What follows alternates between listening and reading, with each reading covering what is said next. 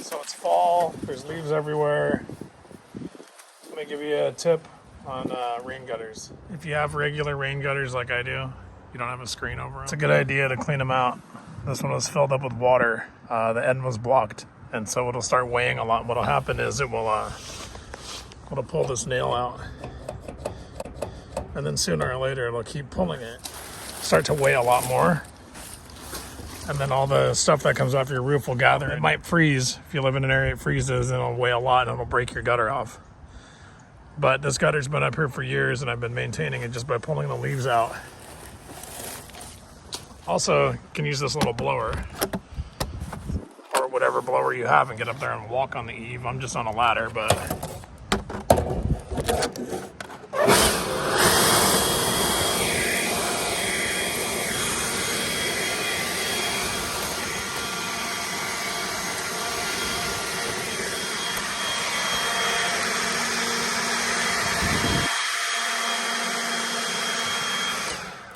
that's an effective way to clean your gutters too.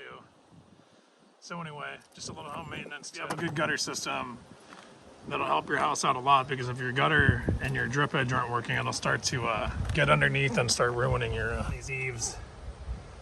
So good tip to clean your gutters out. And then all this moss for your roof care, you want to go ahead and put some of this stuff called Moss Out on there.